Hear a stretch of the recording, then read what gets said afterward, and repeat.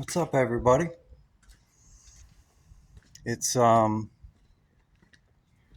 Sunday, May 31st, and I have decided to venture out of the house and go exploring. Um, it's a beautiful day here in Richmond, and there's my house. And I thought that I live in a nice cul-de-sac out here in the East End with a good friend of mine who I rent a room from. I made a video yesterday, and I ended up deleting it because I was about 10 minutes into it, and for some reason the video cut off, and so I had to, upload another one to finish the story. And I really didn't want to load two separate videos of the same story. And I wasn't really that all that excited about the results either. It's a good story. It was about relapse. A relapse that I had in 2014. So yeah, I thought I would, I'm walking up to the bus stop, and thought I would just do a quick video of my adventure here up to the bus stop. Takes about 10-15 minutes, so I'm gonna walk slow because the bus isn't supposed to come for another 25 minutes. So what do I want to talk about today is, man, I've been watching some fascinating stuff on YouTube and some podcasts. One of them is, well, let me talk about this. I have been through many different phases of evolution on my spiritual path. And,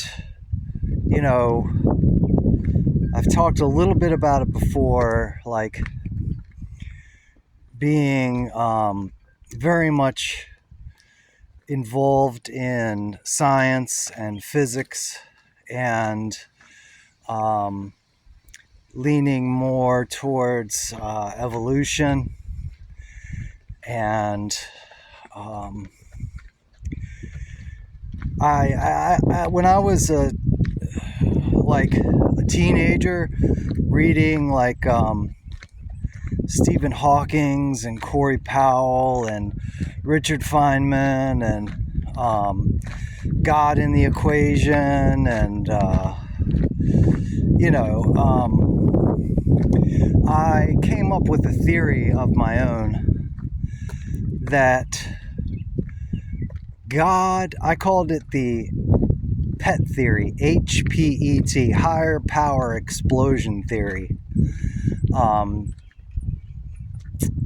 And it was the idea that God got bored and exploded himself in order to create the universe. Like God was the Big Bang. And now every single atom in the universe has the consciousness of God. And that's why it is all connected. Everything. And that's why physics proves this. And when you look at some of the principles of physics and how quantum particles are entangled, and chaos theory and all that, it does align, that my theory does align very well with the science. And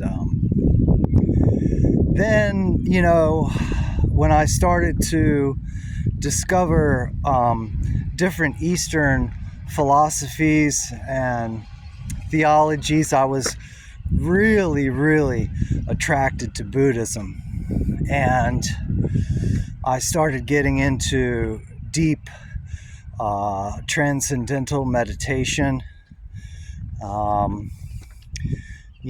At one point I started looking into going into an ashram, and just really loved the Buddhist philosophy and the the Noble Path.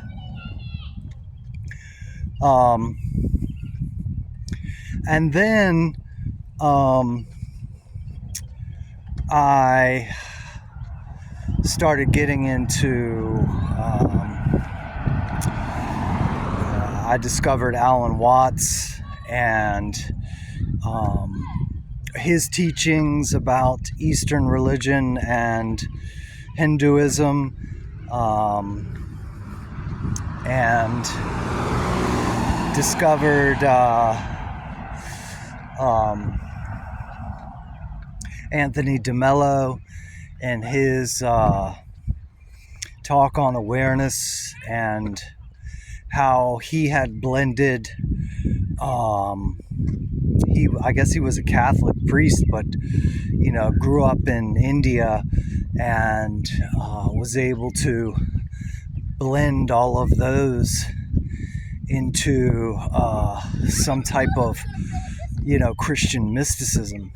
And then there's some kids over here playing football. And then my partner, she was a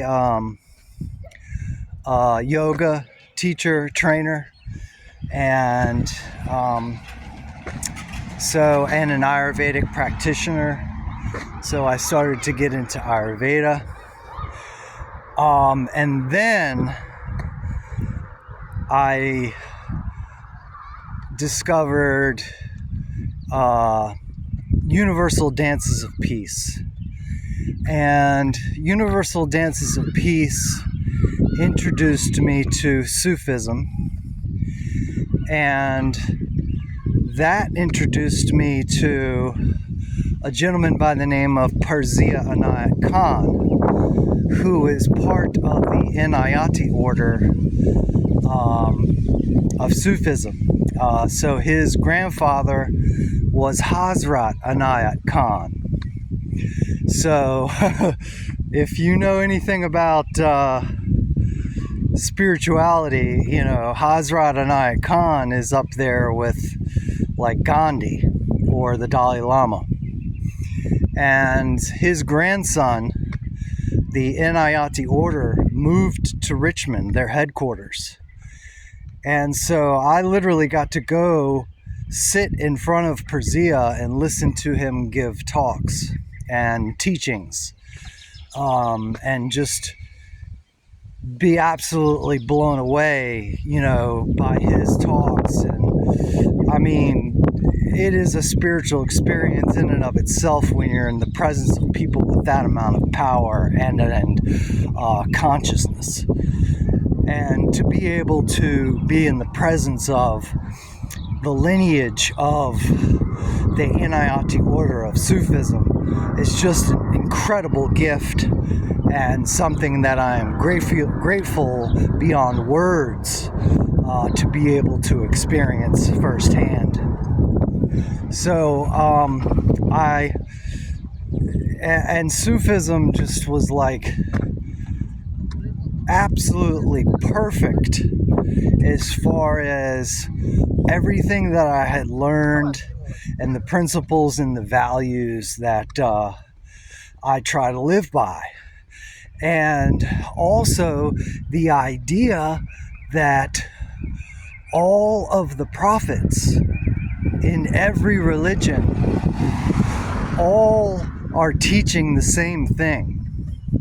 And when you read Caravan of Souls, you begin to recognize, just as Sufism does, that all of these teachers, all of the prophets, from Muhammad to Buddha to Jesus, all were teaching the same thing. So Sufism is a way to embrace the truth of all spiritual practice, and it is an embodied awakening through the heart, through the power of love. And nothing has spoken to me more deeply than Sufism. And reading the words and listening to the teachers and engaging in the practices, nothing has resonated more deeply with me than that school of thought. I don't even want to call it a religion, because it is not a religion. It is tapping into the power of love and acceptance and compassion through the heart. So not only is it, spiritually uplifting, but it is also the healing embodiment of practice, which is so important, because you run into so many teachers of different religions and practices that the majority of the tools that you use are in the head. So a lot of times it's a mind game, and the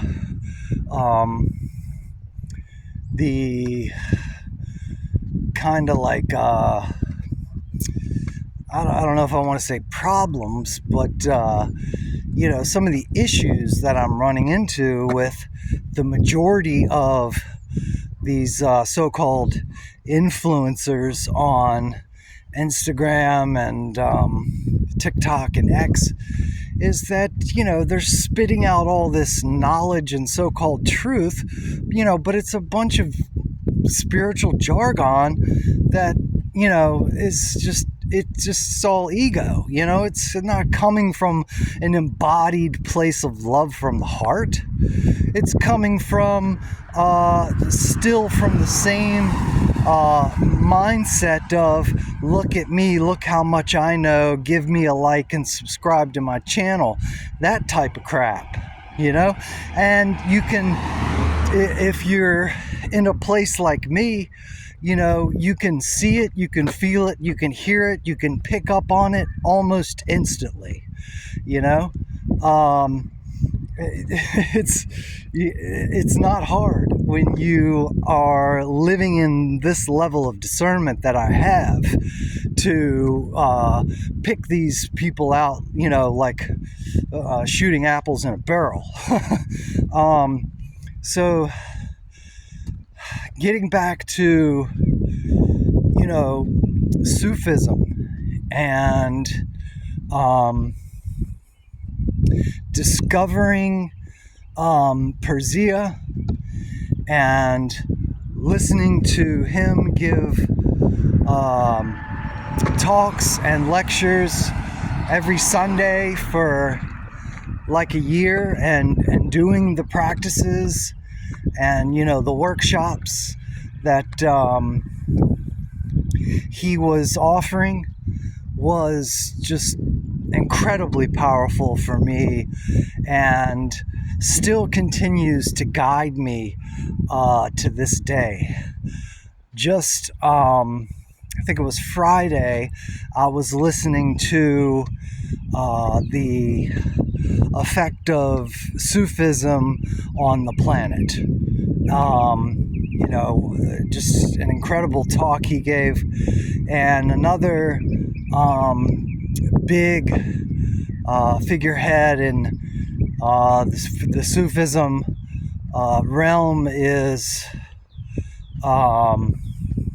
Lee, oh gosh, his name just escaped me, but Lee Von Lee. Something Von Lee. But yeah, he's been on Oprah before. He is the head of or the teacher, or whatever you want to call it, for the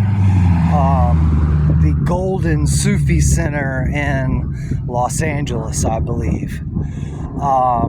Llewellyn Von Lee, that's it. Another just incredibly powerful teacher who I have gained a lot of wisdom and influence from.